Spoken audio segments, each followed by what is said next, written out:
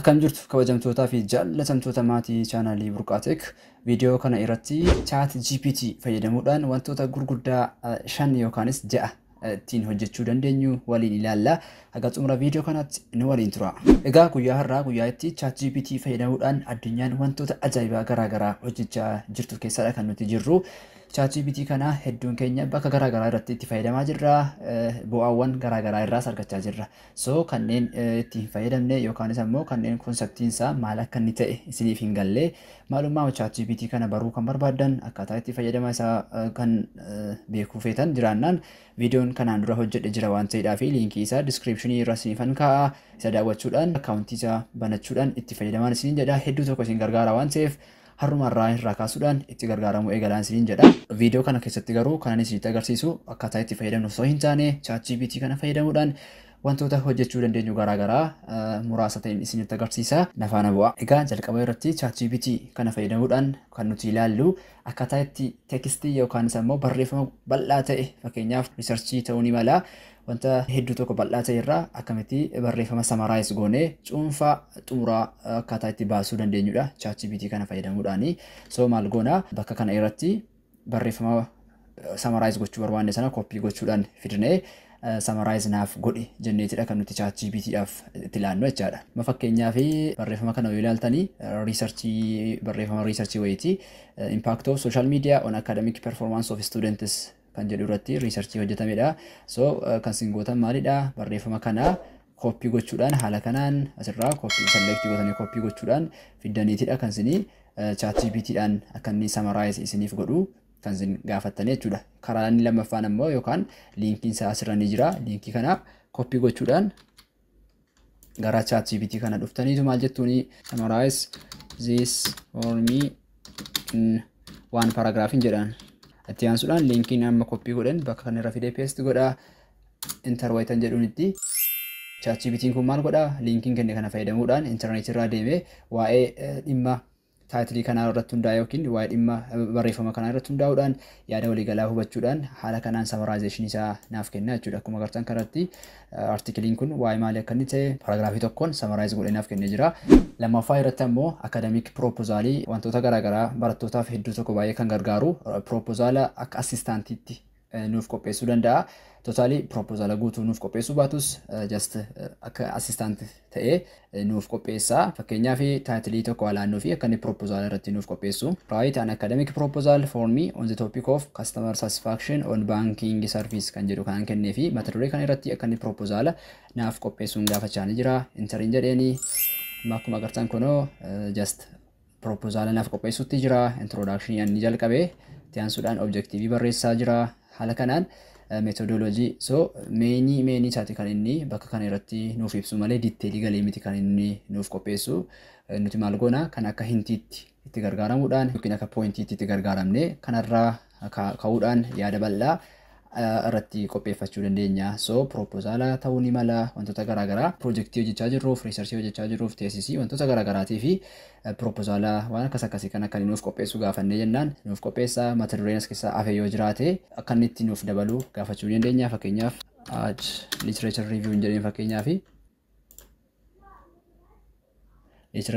literature review isaa kun haala kana fakkaatuun itti fufee naaf barreessuutti jira. So jalqaba irratti waan yaada irratti hundaa'e kan inni isiniif barreessu wanta hafe yookiin immoo wanta itti dabaluu barbaadan jira taanaan mata duree sana provide gochuudhaan mata duree sana kennuudhaa fi akka inni dabalataan isiniif barreessu gochiisuu ni dandeessu. Irra deddeebiidhaan waan feetan kamiinuu just relate gochuudhaan mata duree keessan wajjin wal qabsiisuudhaan gaafadhaanii yaada dabalataa irraa argattu. Sana daayirektii fayyadamaa isiniin jedhu customize gochuudhaan wantoota mataa keessanii garaagaraa case study wantoota hedduu itti dabaluudhaan itti fayyadamuu dandeessu. Daayirektii garuu copy pasteedhaaf ittiin gargaaraminaan isiniin jedha. Sadaffaa irratti immoo chat GPT fayyadamnee assignmentii nu kenname garaagaraa homeworkii wantoota hedduu tokko nuuf kenname bakka kana irratti daayirektii fidnee galchuudhaan salphaatti deebii argachuu dandeenya jechuudha. Gaaffiin sun mathematics ta'uu ni mala, physics, chemistry akkasumas immoo departmentii keenya kan wajjin wal qabatu ta'uu ni mala. Gaaffii kamiin iyyuu fidnee chat GPT kana yoo gaafanne deebii nuuf laata. Deebii qofa miti ibsa bal'aa explanationii wajjin kan inni nuuf kennu. Fakkeenyaaf amma gaaffii tokko haa gaafannuuni. Anaan fakkeenyaaf gaaffii kana gaafadheeni what is the IP version 4 header explain in tabular form hin jedheen formii teebiliitiin akka inni naaf ibsu IP version 4 header immoo maal akka inni ta'e gaafadheeni fakkeenyaaf kun assignmentii naaf kenname haa jennu so maal godhaa jira ChatGPT'n gaaffii kanaaf deebii bal'aa haala kanaan nuuf qopheessuutti jira kunoo in tabular form kanan jedheenis formii teebiliitiin explanation duukaa naaf kennuutti jira. Egaan gaaffii isiniif kenname kamiin iyyuu akademikii barumsa irra kan jirtan taanaan akkasumas akademikii wajjin wantoota wal qabatan irratti kan hirmaachaa jirtan taanaan gaaffii feetan kamiinuu bakka kana irratti fiduudhaan yoo gaafattanii gaaffii keessaniif deebii quubsaa ta'e ni argattu. Dabalataan ibsa bal'aa duukaa isiniif ni kenna. Achirraallee waan hedduu irraa barachuu dandeessu jechuudha. Inni itti aanu kan nuti ChatGPT kanaan wanta hojjechuu dandeenyu isinitti agarsiisu waan ajaa'ibaa tokkodha. Innis gaaffii Oromaata kan nuuf qopheessu yoo gaafanne gaaffii babbareedaa nuuf qopheessuu danda'a. Exaamii jechuudha. Questionii mata dureen ilaannaa fi baay'ina gaaffii qopheessuu akka nuuf qopheessu barbaanne itti himna. Sanarratti hundaa'uudhaan maal godhaa gaaffii sanaa fi deebii waliin nuuf qopheessaa jechuudha. Exaamii nuuf baasuu danda'a ChatGPT'n. Ni fakkeenyaaf gaaffii alaan nuuf akka exaamii nuuf qopheessu mata duree waliin maalan jedheeni prepare 10 multiple choice exam question on the topic of mata duree irratti gaaffii kana akka naaf qopheessu barbaadu istilaadhaa fi fakkeenyaaf fiiziksii keessaa ta'uu ni mala keemistirii baayoloojii waan fedhe keessaa fakkeenyaaf fiiziksii keessaa waa'ee termodayinaamiks haa jedhu termoo yookiin immoo waa'ee kaayinemaatiksii irraa multiple choice question kan ta'an gaaffii 10 akka naaf qopheessuun gaafadheeni. Kun akkuma arguutti jirtan gaaffii tokkoffaa deebii isaatii wajjin waan sin ajaa'ibu jalatti deebii barreessuudhaan gaaffiif deebii haala kana naaf qopheessuutti jira. Afuraffaarra geeraa shanaffaarra jira kunoo gaaffii shanaffaa barreessaa jira multiple choiceidha deebiin isaallee jalatti barraa'ee jira. So haala kanaan barataa yoo taane gaaffii akkasii kana baasnee of cimsuudhaaf of jajjabeessuudhaaf muuxannoo keenya dandeettii keenya evaluate gochuudhaaf nu gargaara. Akka carraa immoo barsiisaas yoo taane gaaffitii kanarraa just gaaffii best ta'an keessaa argachuudhaan itti gargaaramuu dandeenya jechuudha. Gaaffitiin kun maybe simple ta'anii yookiin immoo salphaa yoo ta'an hundi isaanii akka inni cimsee baasu gochuu ni dandeenya. Make it more advanced. Gaaffii kanarra immoo advance godhee akka inni xiqqoo jabeessee baasu gaafadheen jira. Itti aansuudhaan ammas gaaffii xiqqoo ni cimu yookaan jabaata jedhee yaade itti aansuudhaan gaaffii 10 of qopheessuutti jira. So ChatGPT kana fayyadamuudhaan salphaatti egaa exaamii yookiin qormaata kuizii ta'uu ni mala. Gaaffii akka inni nuuf qopheessu ajajneeni jennaani akkuma amma arguutti jirtan kanaanii nuuf qopheessaa jechuudha. Itti aansuudhaan kanan isinitti agarsiisu ChatGPT kana fayyadamuudhaan piroograamingii irratti koodii barbaanne piroobileemii barbaanne ittiin solvi gochuu akka dandeenyudha. Piroobileemii tokko yookaan gaaffii tokko akka inni nuuf furu yoo barbaanne salphaatti gaaffii sana bakka kana irratti itti ilaannaa. ChatGPT maal godhaa gaaffii sana analyze godhee xiinxaluudhaan steppiidhaan provide nu godha jechuudha. Mee fakkeenyaaf algoritmii tokko akka nuuf barreessu gaaffii halaannuu fi maalan jedheeni write a C++ program to print all prime numbers less than 100.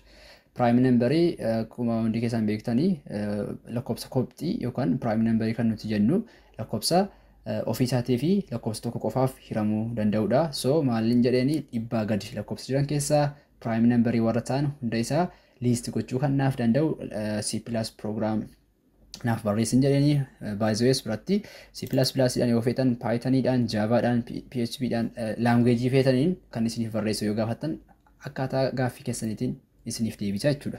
Ani amma C++ dhaan akka naaf barreessuun gaafadheeni kunoo akkuma agartan kanatti koodii naaf barreessutti jira. Gaaffiin kenne kanaa fi deebii isaa kan taa'e kan yaade kunoo haala kanaan algoritmii isaa naaf barreessutti jira. Jalatti immoo explanationii naaf kennaa jira. Koodiin naaf barreessu kun ammam dhugaadha kan jedhu testi goonee ilaaluu dandeenya. Online compilerii fayyadamuudhaan fakkeenyaaf gara onlinegdp.com online C++ compiler gara kanaa deemuudhaan koodii ChatGPT naaf barreesse kuni dhugaadha kan jedhuu fi soba kan jedhu adda baasuu ni dandeenya. Copy code gochuudhaan gara compilerii kanaa deemnee koodii keenya bakka kana irratti paste goonee mee run haa goonu. Run compiling program kun akkuma agartan lakkoofsa 100 gadii kan jiran keessaa prime number kanneen ta'an haala kanaan naaf baasa jechuudha koodichi 2 3 5 7 11 I think sirriidhaan itti fakkaata. So lakkoofsa koopxii yookaan prime numberii akka inni list naa godhuuf piroograamii naaf barreessi jedhee itti himee haala ajaa'ibaatti naaf barreessee jira jechuudha ChatGPT'n. Jaafa irratti kan isinitti agarsiisu ChatGPT kana fayyadamuudhaan konseptii nutti ulfaate tokko hubachuu dandeenya salphaatti. Wanta nuti complex ta'e yookaan wanta nuti complicated ta'e mata duree nuuf galuu dide nutti cimee maal goona mata duree sana fidnee ChatGPT gaafanna garuu akka duraanitti miti kan nuti gaafannu xiqqoo modify goonee xiqqoo jijjiirree gaafanna. Mee mata duree tokko fiiziksii keessaa mata dureen ni cima jennee yaadnu fakkeenyaaf thermodynamics ta'uu ni mala, quantum physics ta'uu ni mala, just wantoonni garaagaraa mata dureen ni ciman jiraachuu ni malu. Fakkeenyaaf ani maalan jedheeni what is quantum physics jedhee ka'ee explain it as I am 7 years old. Akka waanan daa'ima waggaa 7 ta'etti naaf ibsiin jedheen. Ammalaa gaafan kana duuka kennuufi just generally godhee akka walii galaatti miti kan inni naaf ibsu. Akka waan daa'imaaf deebii kana kennaa jirutti yaadeetudha kan inni simplify godhee konseptii kana naaf ibsu jechuudha. Wayitan inter jedhutti kunoo deebii akkuma argaa jirtan kanatti naaf kennee jira. Aayidiyaan isaa walii galaa maalidha? Konseptii nutti ulfaate tokko yookaan hubachuuf nutti cime tokko maal goona akka waan daa'ima taanetti gaafannaan gaafficha. So maal godha daa'imatu na gaafachaa jira jechuudhaan salphisee deebii gaaffii sanaaf example wajjin nuuf kenna jechuudha. Xumura irratti kan isinitti agarsiisu ChatGPT kana fayyadamuudhaan egaa waan sin ajaa'ibu geemiillee waliin taphachuuti ni dandeenya.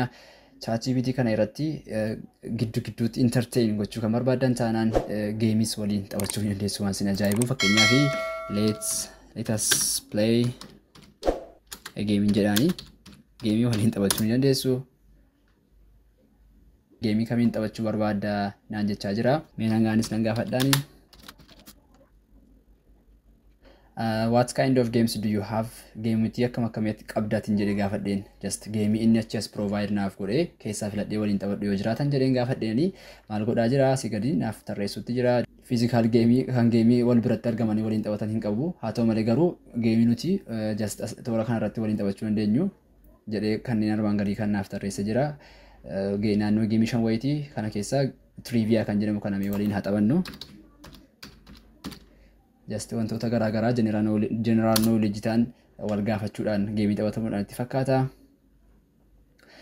Great, I can definitely ask you some trivia question. Here is your first question. In what year did World War II end jechaara? Waraana addunyaa lammaffaan bara meeqaatti kan inni xumurame jechuutti jira. 1941 jalqabee 1945 xumurame itti fakkaata. Eedhaan deebiinsaa akka yaadutti.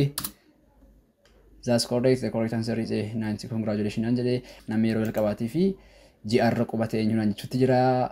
That's the first person to step on the moon was Buzz Aldrin. Congratulations. Here is another question.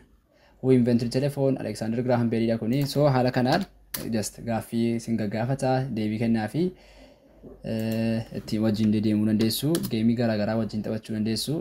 So bakka sin dogongortanitti deebii sirrii ta'e isiniif kenna. Bakka isin sirrii taatanitti immoo deebiin keessan sirriidha isin jechuudhaan isiniif ibsa. Egaan haala kana fakkaatuun ChatGPT wantoota hamma isiniif ibsee kana irratti itti gargaaramuu dandeenya. Kana qofa miti application area garaagaraa irratti ChatGPT kana namoonni guyyaa har'aa itti gargaaramaa jiru. Isinis itti gargaaramtanii gaariidha jedheen suggest isin godha. So gabaabumatti viidiyoon kun kana fakkaata. Yoo viidiyoon kun isinitti tole like godha. Share gochuudhaan hiriyoota keessaniin bira ga'a. Chaanalii keenya kanaaf ammoo haaraadha taanaan subscribe gochuudhaan maatii nuuf ta'a. Waan haga xumuraatiin hordoftaniif guddaa galatooma.